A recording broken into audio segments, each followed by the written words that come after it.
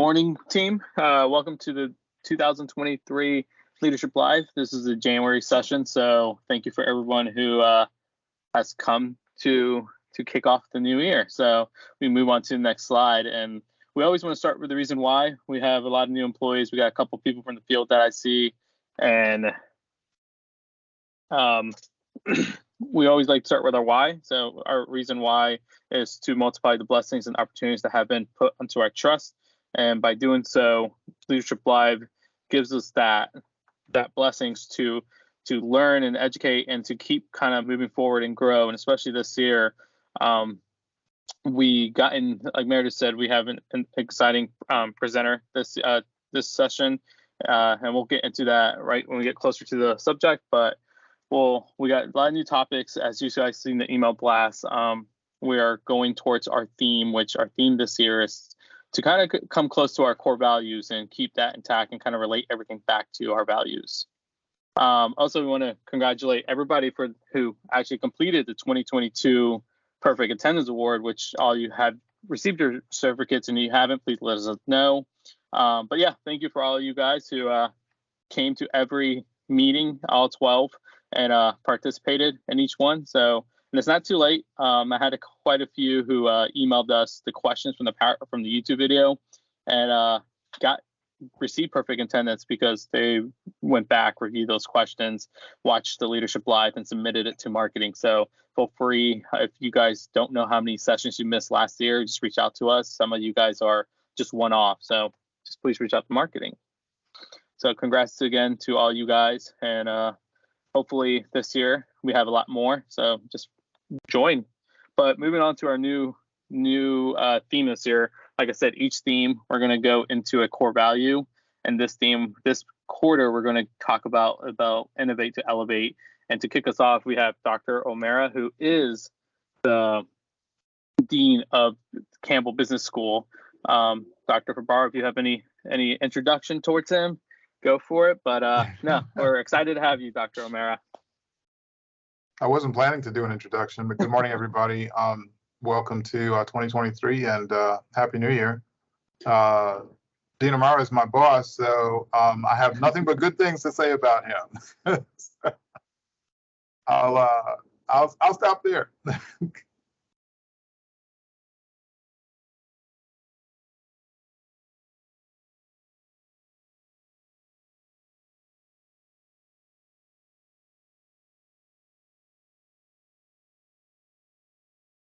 Dr. O'Mara, you're muted.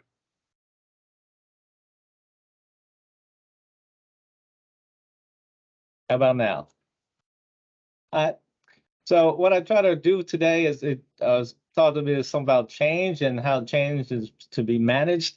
And what we're going to walk through real quickly here in the little 40 minutes we have or so is one, why change, kind of justify it. It's something brand new, obviously, to the organization. Doesn't have to be necessarily to the world, but it could be to your organization. And change is tough.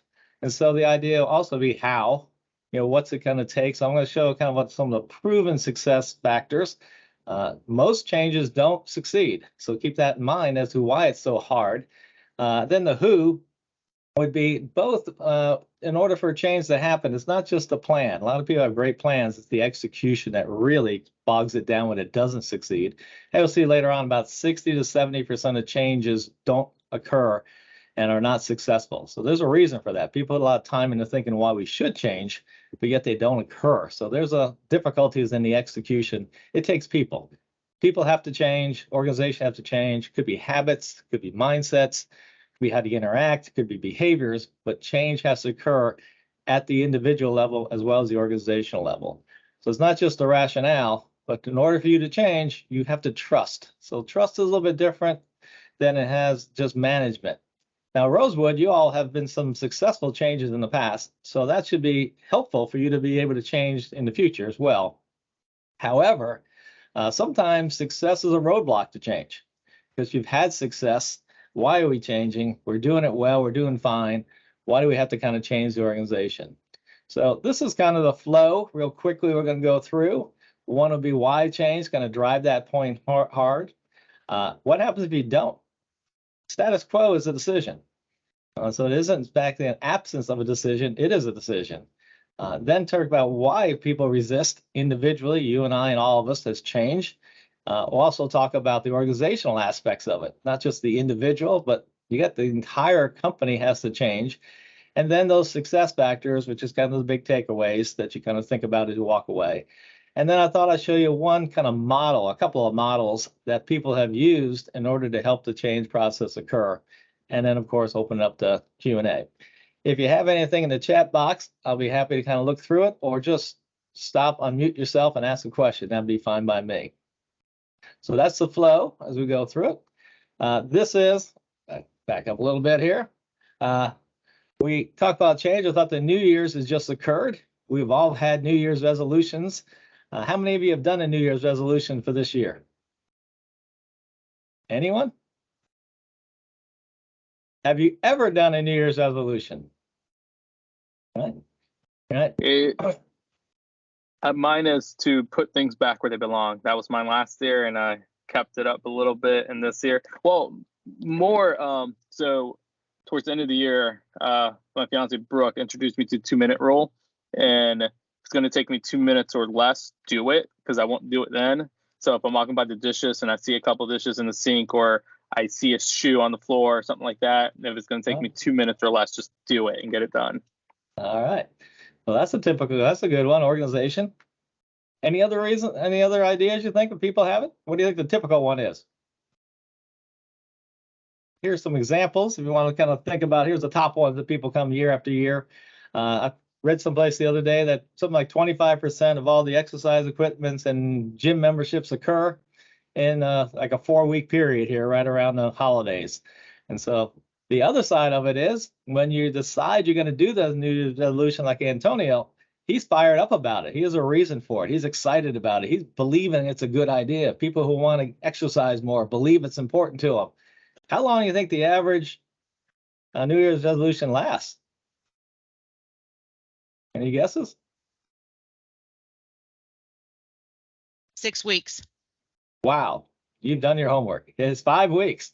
So it's very short, and that's kind of the better ones. So even with your best intentions, it's hard to keep it going. And we're going to talk a little bit about why that is going forward. So one thing I want to bring home is you don't have to change. You know, it's not a requirement. It's just, unfortunately, either is survival. So companies need to think about not only why they should change, but if they can change, because it's a risk not to change. So what do all these companies have in common? Anybody look at that list and say what's in common with these people? I would say how they changed over the years and how they continue to thrive despite change. Anyone else? They don't exist. Most of They them not don't business. exist, or certainly not in the way they used to, right? So also, every one of them was a leader in their industry by far. Huge market share. They had the people, they had the resources, but for some reason, they didn't change, or they didn't change quick enough. So even the best of us in the best companies, there is a resistance to change. People often talk about Kodak and find out that, well, they lost because of external factor, digital imaging. Turns out Kodak invented digital imaging. They put $5 billion into it. They had the product. They just couldn't pull it off. Kmart dominated that industry, lost it. We've all probably had some BlackBerry in the past, perhaps. They owned the cell phone industry. Where'd they go? They had these products across the bank, and they just dropped it. Here's a little question from a guy named General MacArthur. Now, this is military, but the military is a huge organization. So he says the problem that most people have when they fail is that it's too late. And what is he talking about? Well, the first one is too late to see that there's a need to change. Maybe that's some of those companies' problems. Then he says sometimes you don't think the impact is that big, so it's a slight thing. We can wait. Then he says also we're just not planning. We don't get around to it. We don't get organized. And finally, we can't execute. Even when we have the idea, kind of like Kodak, they had the technology, they had digital imaging, they just couldn't pull it off within an organization. So it could be not only will you change, but also do you change when you need to? So change matters when you're going to do it. So that. And also here's this little example. I thought a nice little slide here. Why we should change: 2 reasons. We learn enough that we want to. That's why we would like to do it a little proactively, or it hurts enough that we have to, kind of reactively. So remember the old movie, The Shawshank Redemption? There's always that great line in it that you can get busy living or you can get busy dying. Well, that's where companies are these days, because all the things that are happening for them. And I like this other quote as well. You don't like change, and who does? Most people don't like change, but you're probably going to like irrelevance even less. Irrelevance will turn out to be, failure. And eventually, potentially, it's going to wind up being, a bankruptcy potentially. So there are these changes that are out there forcing changes in organizations, some internal, some external. External changes, generically thinking something you can't control, something outside Provantage or the Rosewood Group. So what type of things are going on in the world, in business and society, that may force organizations to change? Throw some stuff in the chat or just unmute yourself. So what do you think of some of these external things that has impact on Rosewood, but not necessarily something you guys can control? Inflation. What's that? Inflation. Inflation. Okay. I'll put them up there for you. Government can make decisions, technology, globalization is occurring, demographics, cultural, all those factors a company like yourself and all organizations have to consider, but you're not going to have an impact on that, but they may have an impact on you. And then on the internal side here's some good reasons we may think that we want to change. There's an opportunity for us. There's some opportunity for us to coordinate better, utilize different technology, bring in more software, whatever happens to be. There's good reasons to encourage change, both internally and externally. And so change is not bad. It's also should be a great opportunity, but it's hard to do. And this is just a great little chart from an organization that tracks these things. As you can see, about 70% of the time, changes do not occur successfully. Why? Why is that? Why companies want to do this often? Ironically, 2012 actually had even more failure. The lowest area is 2009, which is an area where everybody's backs against a wall. That was that big Great Recession, right? So sometimes when you have to change, you change, and it happens more often. But when good times, it's even harder to change. So look at these companies, this chart, and say people are planning to change, they want to change, but for whatever reason they can't, because remember, change is something new, either to you or the world, but certainly to the organization. Something new is kind of a bet on the future. Are they right? Do we need to do this? Should we do this? Can we do this? And so you have to bet on something new, and that gives some resistance, hesitation, maybe too late, as our buddy MacArthur said. So what do you think of some individual factors, not even organizationally? Why do so many people New Year's resolution only last 5 weeks at best? What are some individual factors you think why people don't change? Well, I feel like I should have said 5 weeks, because if you can make it 6 weeks, then they say that you'll do it. But I think sometimes people it's too hard to maintain what they did, and they set their goals to be unrealistic, if that makes sense. So, sure. I love the 2-minute rule. That's great, because you're right. If you can do it in 2 minutes, just do it. And that's an obtainable goal. That's something he can actually do and make the change and stick with. But if it was like a 30-minute, like our garage, we need to fix the garage or clean the garage out.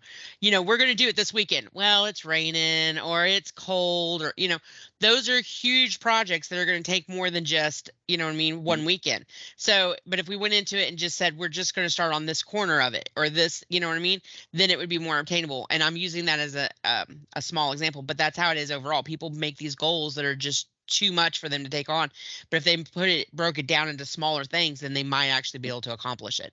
Sorry. Good deal. That is very good.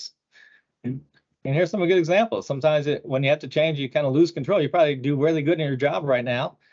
You probably know how to do it. You feel comfortable with it. You're doing something new, different. I don't know how to do it. Why are we doing it? Why are we doing it now? Habits. We've all have habits. Now they're going to disrupt it. Tell me why I should do this.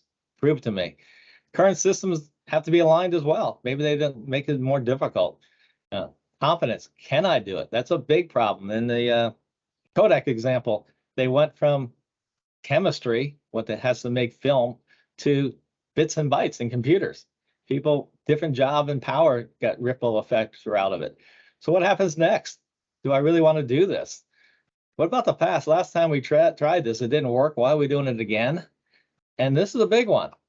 Does the management have my trust? What if it doesn't work? Who are they going to blame? How fast they wanted to have it? Maybe I should fall back to what I know. So there's a lot of individual reasons as to say why change is something I may not want to do right now.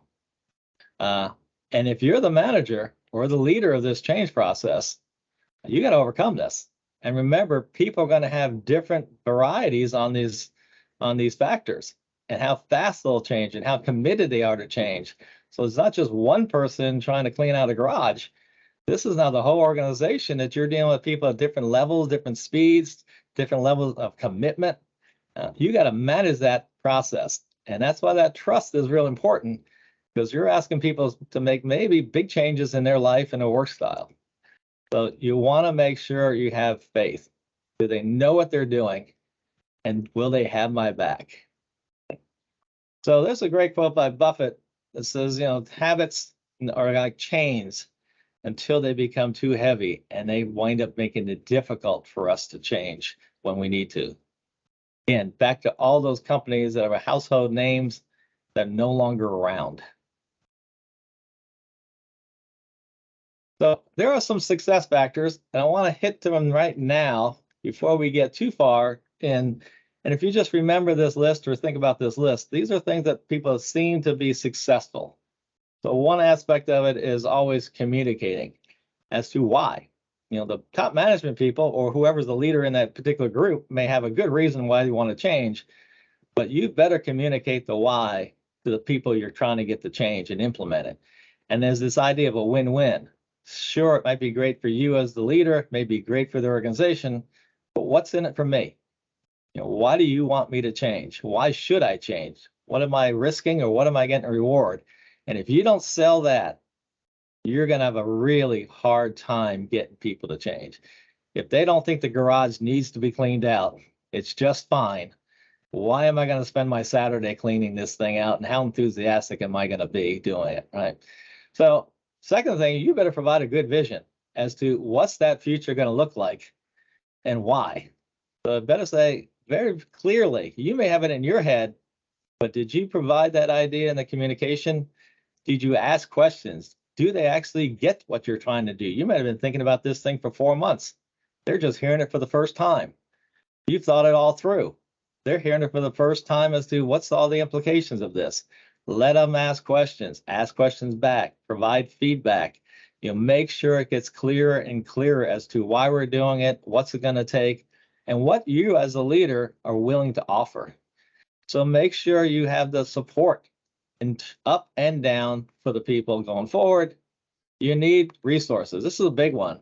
When most of these things fail, this is often done in parallel with the existing. You don't just shut the place down to make a change. You often have to have this transition period. That takes extra time, especially if they have to learning something new going forward. So you better drop a few things, offer some opportunities. Maybe they need training. Maybe they need to be more group efforts. Whatever it has to be, you as a leader better provide the resources rather than just the dictation of saying you must do this. They need to know how and then provide the resources and the money and the time to do that, as well as the training.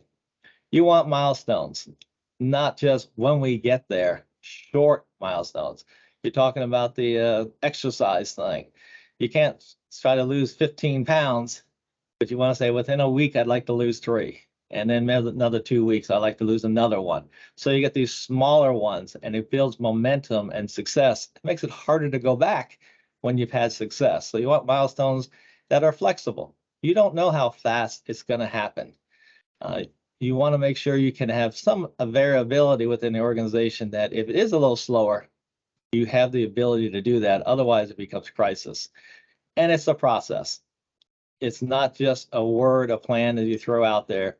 You've got to manage this process. And once it's in place, and this is often a problem, companies have a change, they do it, and they don't lock it in place, which means from an organizational point of view, did you change the reporting structures? Did you change the incentive systems? Have you changed the evaluation systems? Have you provided the resources for people in order for them to stay on task the way you were trying to do it? Have you eliminated things that you don't want them doing anymore? So you're going to lock it in place after you get some success with the policies, procedures, and systems. So what does it change? Well, this is the why, who, where, and how type thing. You definitely need that vision, the why we're doing this, and you should communicate it extremely clearly. You got to get the buy-in, not just by the top management people, not by the board, but the actual people who are going to have to implement it. You also need the plan, what it is exactly, and the big one, tell me who and how we're going to do it, because you have to coordinate all these efforts, right? It needs to be managed. It's a process. Here's a quick model. People like a simple model. They can walk away with, think about it. This has been around for 40 years maybe, but it makes a lot of sense. It's Lewin has these like 3 phases. You have the block, which is the existing company. We want to unfreeze that. We want to melt that, so to speak, and then put the change in place. And then once we reconfigure the company and the organization or the department the way we want it, we got to refreeze it, put it back in place the way we want it. Make sure all those policies, procedures, promotional activities, they're all back. You don't want people to slide back, so you need to freeze it. So it's a nice little 3-stage model: unfreeze it, change, and freeze. It's nice conceptually. It doesn't have a lot of activities you can do with it. We'll do that next. Now, up to now, we've kind of talked about, why you need to change, a little bit about the threat of not changing, maybe being too late, resistors, both organizationally and individually, how difficult it is to recognize it will be difficult, maybe a list of those success factors. Now let's kind of turn into a little bit of, all right, how do you do it? How are some successful people who have done this, or organizations who have done this? This guy, David Gergen, you might have seen on TV a few times. I remember meeting with him one time, and he talked about leadership is about 2 things.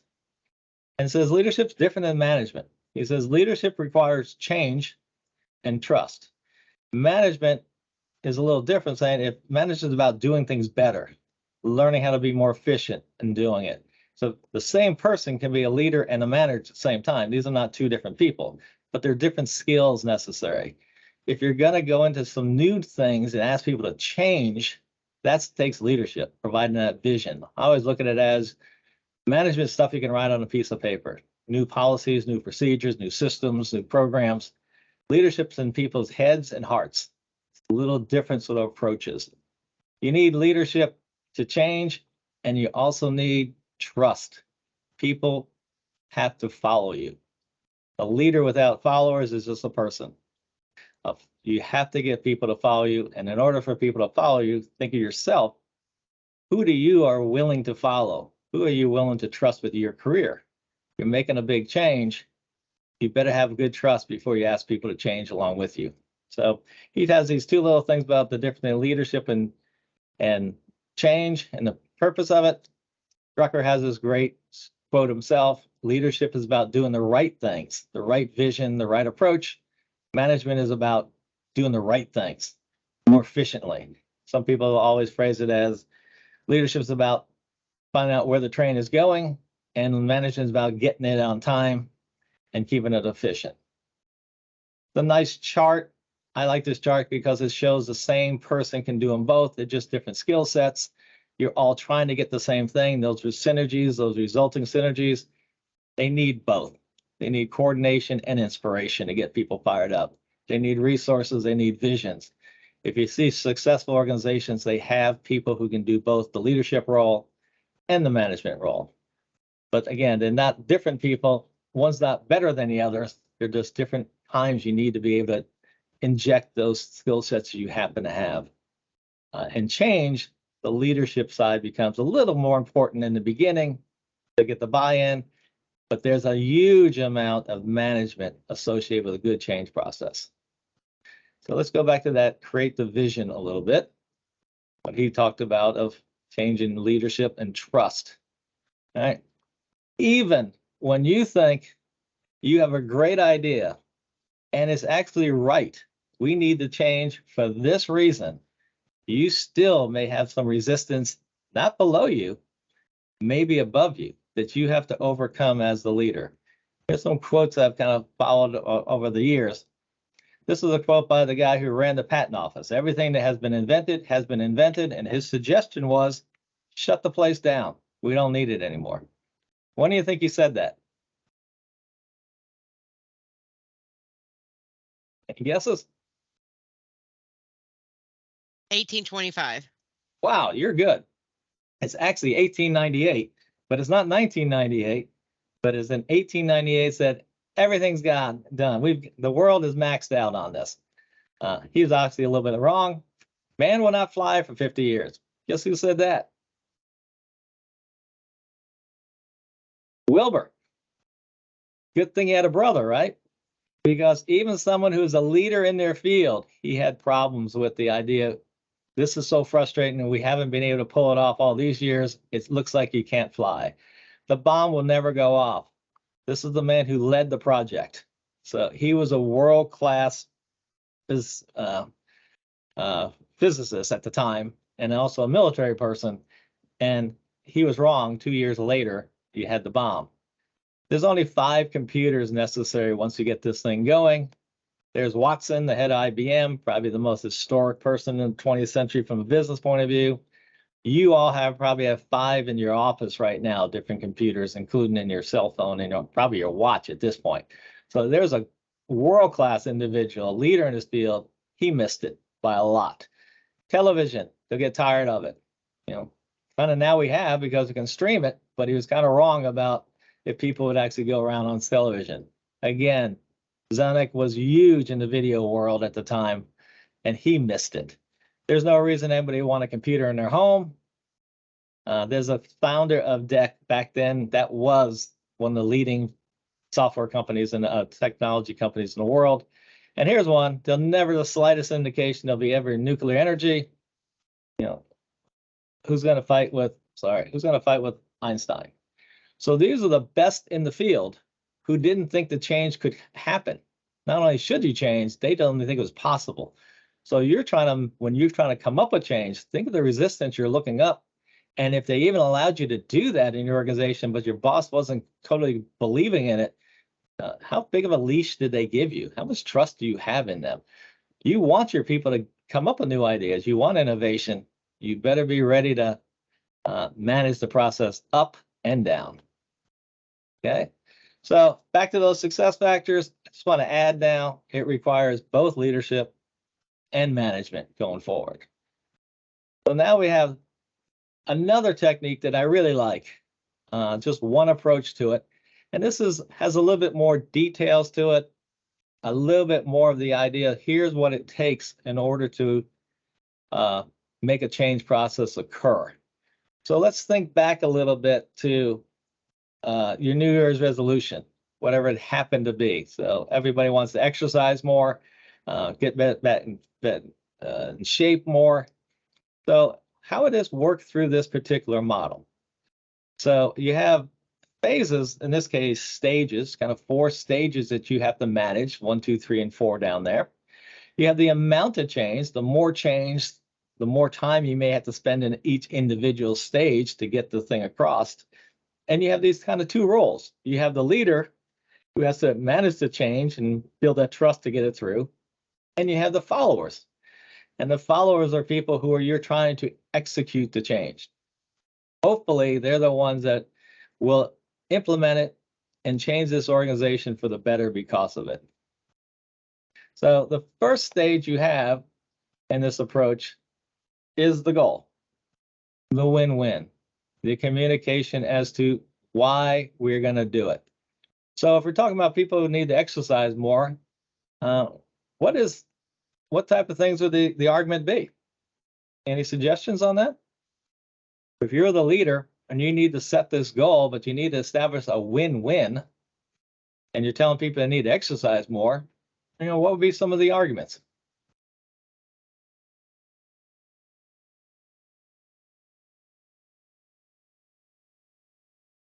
Health benefits. Better health, longer, if you're an organization, more excited people, less downtime, better for your family. There's all these good reasons for it, longer longevity in your life. Well, if you do that, you got to think about, well, intellectually, you got to sell them on the idea, right?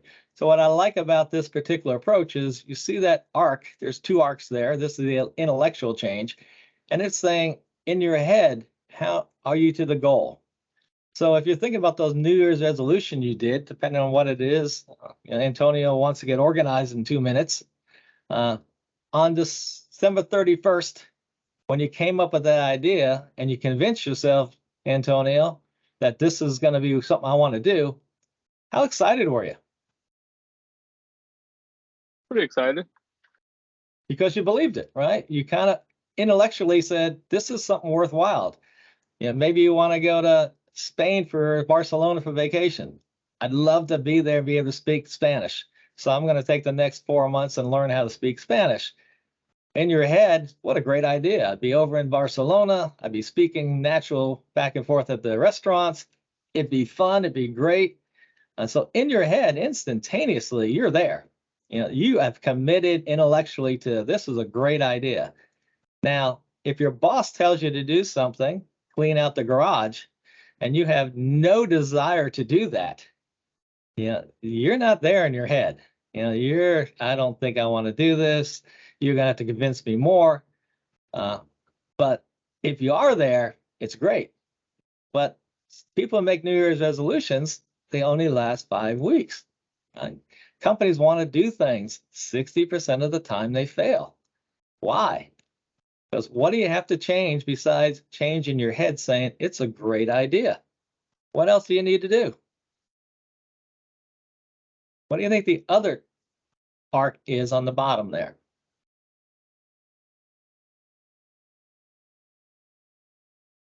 Well, you're talking about opinion. You have to change their way of looking at it. So whatever the change might be, your perspective of the change is going to be one thing, but another department's perspective of the change will be something different. And if you're looking across the company, then I would assume that would go for all departments. How that may affect each one of them. Change is going to be a little bit more work on their side, whether they want to admit it or not. And even if it's a benefit to their department, it may mean that they have to readjust a certain thing. And that's going to be a little bit of a headache for them, even if the long run, the whole change will be a benefit for them. So you have to kind of understand and respect their approach in that and figure out a way of bringing them to your way of thinking too. Yeah, if that made sense. That's a great sense. I'd kind of wrap that still around the intellectual stuff of kind of convincing people, but you're exactly right. You got to think about across the whole organization as who else gets impacted on it. But even when you're going back to the exercise thing, what's it take? In your head, you're going, I'm going to exercise. I'm going to get in shape. What else does it take besides? What's that? To change your behavior. Got to change your behavior. Habitual change. That's the bottom one. And as you notice, the bottom one the arc is not as quick as the intellectual one. Antonio's ready to go on December 31st in his head. But man, he wakes up, got to leave real quick, and there's that dishes in the sink.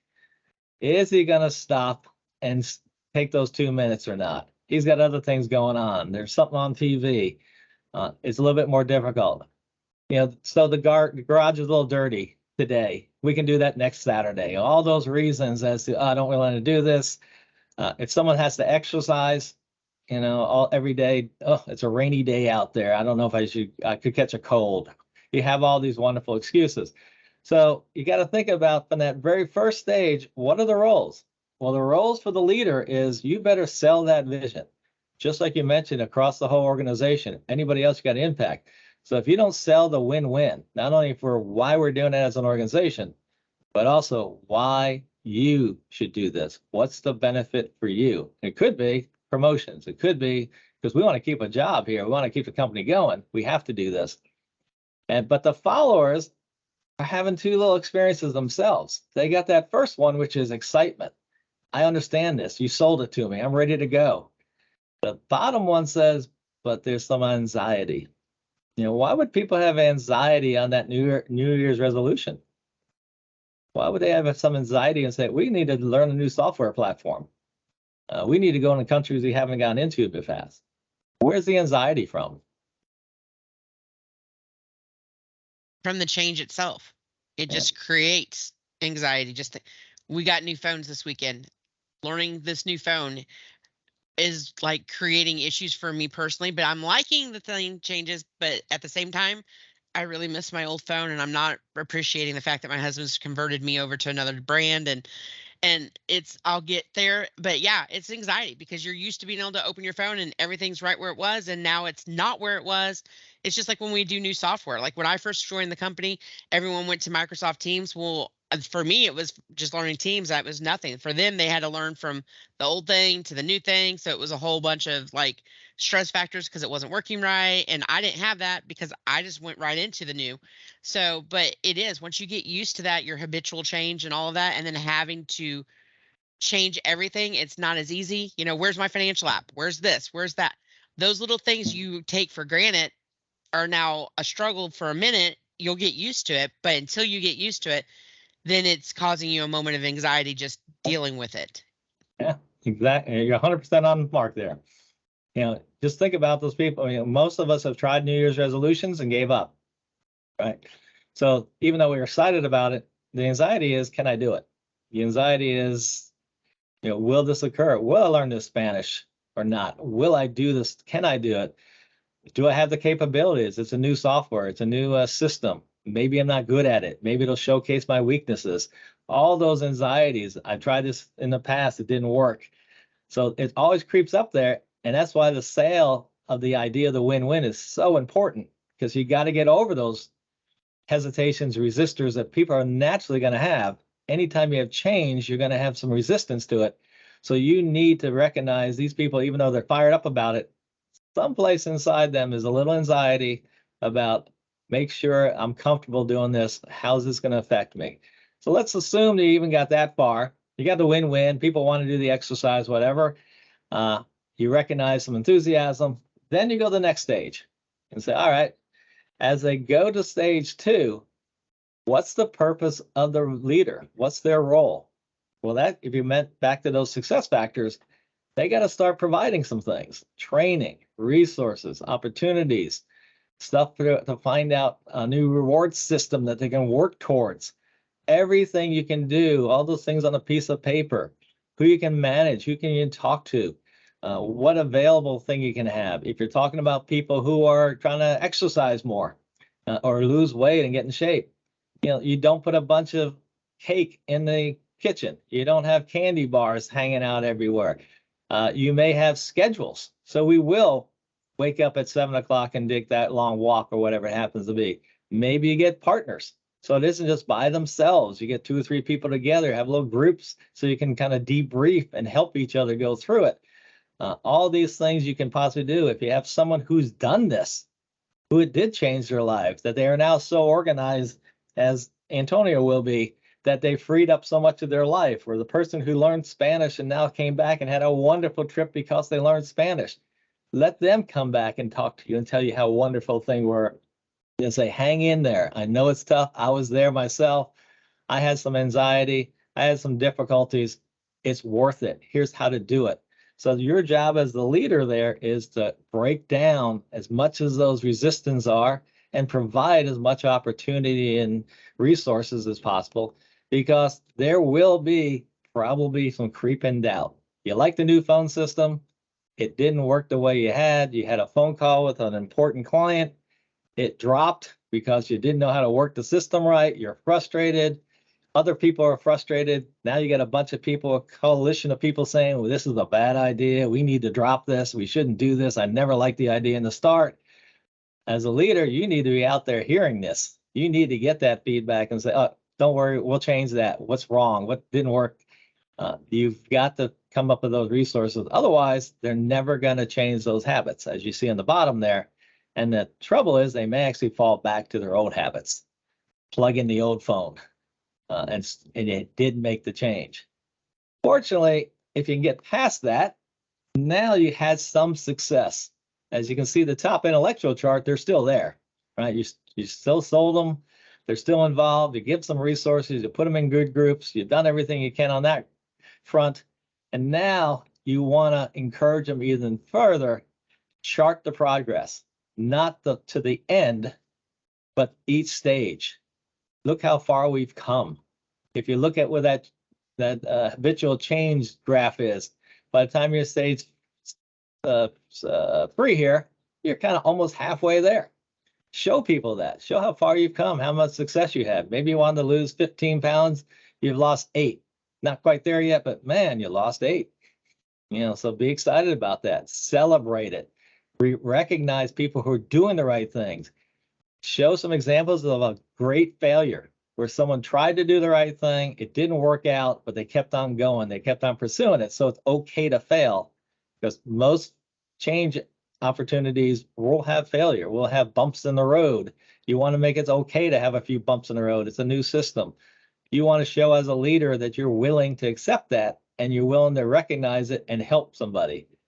So what's the person on the bottom thinking? The actual followers, they see some progress. They're a little more hopeful. They're getting some positive feedback. They get some successes. They kind of see why the goal is out there. And hopefully they can wind up thinking about, oh, all right, just need a little more push. You need to hear what that is. You need to get that feedback. What else can I give you to help you get over across the finish line here? And then hopefully you get all the way there, and all of a sudden you can get out of the way. They're there. They're actually behaving to the same level as intellectually they want this to happen. So you've made it the full way going through it. And what the leader's job is now is make sure you lock it in. Make sure all the policies that will reward and encourage them to do the change as they are in place. And make sure you don't have them slipping back because the policy, procedures, reward systems still reward previous behavior. So you want to lock it in place, get out of their way and say, well, what else can I do for you? Because you're doing it. On the bottom, if you can get them there, they're the most committed people of the group. They're the ones going to tell you learning that language, that Spanish language was great. My garage you can eat off the floor of my garage. I'm happy. Come over and look at it. It's a great place. They also have what every organization needs more than anything else is pride. So now they got pride in themselves. They accomplished it, pride in the organization, and you wind up having the ability to have both successful people and a successful organization. Now, we mentioned at the beginning that there was earlier leadership and management, and everybody's kind of says wonderful things about leadership. They all want to be leaders. People don't say the same things I say about managers. Management is crucial, particularly in this success. And I said the same person can have both those skills, and they should have both those skills. So in this change management approach, where's the leadership? Which phase is leadership and which phases are management? Of those 4 phases, what's phase 1? Is that a leadership role or is that a management role? Leadership. That's exactly right. It's leadership. You got to sell somebody. You got to get in their heads and their hearts saying it's important. You need to do this. You want to do that. Here's what's in it for you. What about phase 2? Leadership or management?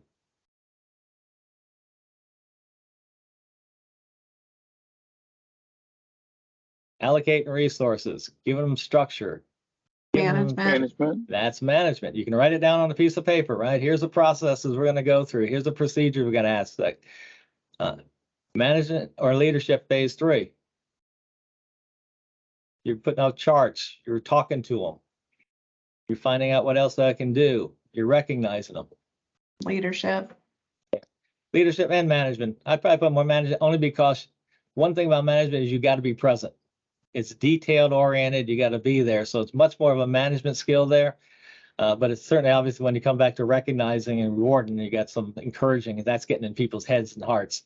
But a lot of that is keeping the charts, making sure everybody's aware of it, keeping them organized. It's more management. About the last phase, where they're doing it on their own, and you're just saying, here's the next horizon, guys. Leadership. That's leadership. So if you're looking through this thing to make this successful, you need both this set of skills. And they're not interchangeable, but you'd like to be able to recognize when I need it, when I don't. And you may have to adjust them for different people. Some people are already there. They're already doing the habits. And so you just need to maybe make them recognize more and break them as people that you want to bring out and showcase everybody else. Some people may need a lot of hands-on, a lot of management, a lot of time. So you don't need to be out of the office a lot. You need to be, or at least not in contact. You need to be really cognizant of what's going on as you manage this process.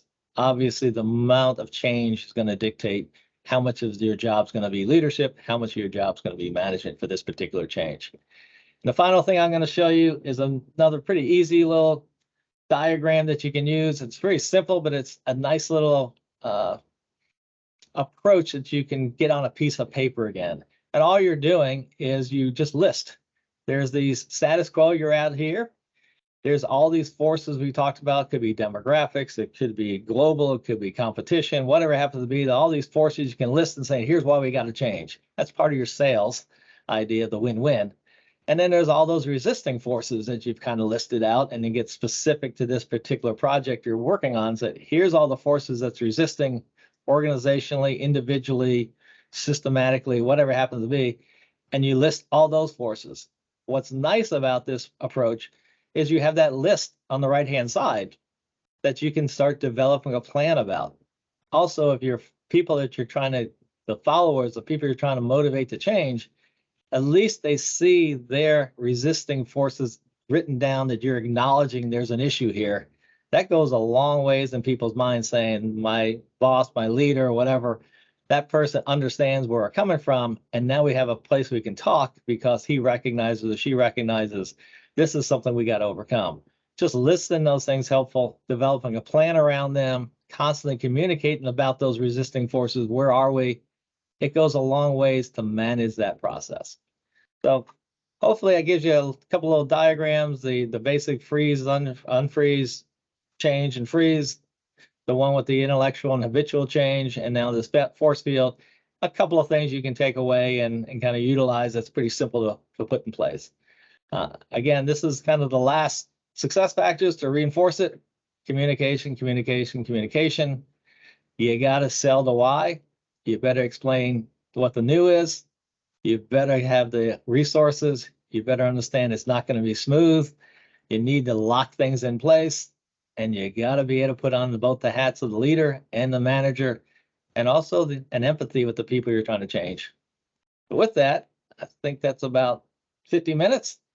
And so I'll kind of open it up, and if there's any other questions, or if anybody wants some help on your New Year's resolution, you have a bunch of people here willing to help you be successful in it.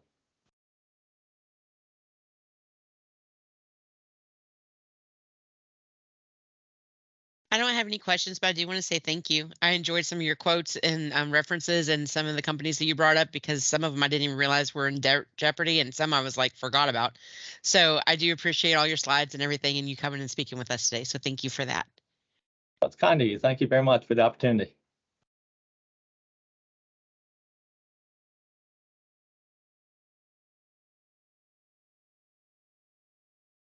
All right, if there's no any questions, then that concludes our leadership live. Thank you, Dr. O'Mara. It's a pleasure having you. Like Sherry said, that yeah, those quotes, and we're kind of going through a change right now here at the office. So this material really relates to what's going on here. So I appreciate you with those this information. And if you guys need the PowerPoint, we'll have the PowerPoint deck and Cruxos, as well as having the video uploaded in YouTube. So if you need to revisit it or anything like that, if anybody missed it and want to share it, we'll send out an email blast with the link so you guys can share that. But yeah, no, thank you so much, guys. Thank you. Thank you, Rosewood, for all you're doing for us. A great partner. Take care. Take care. All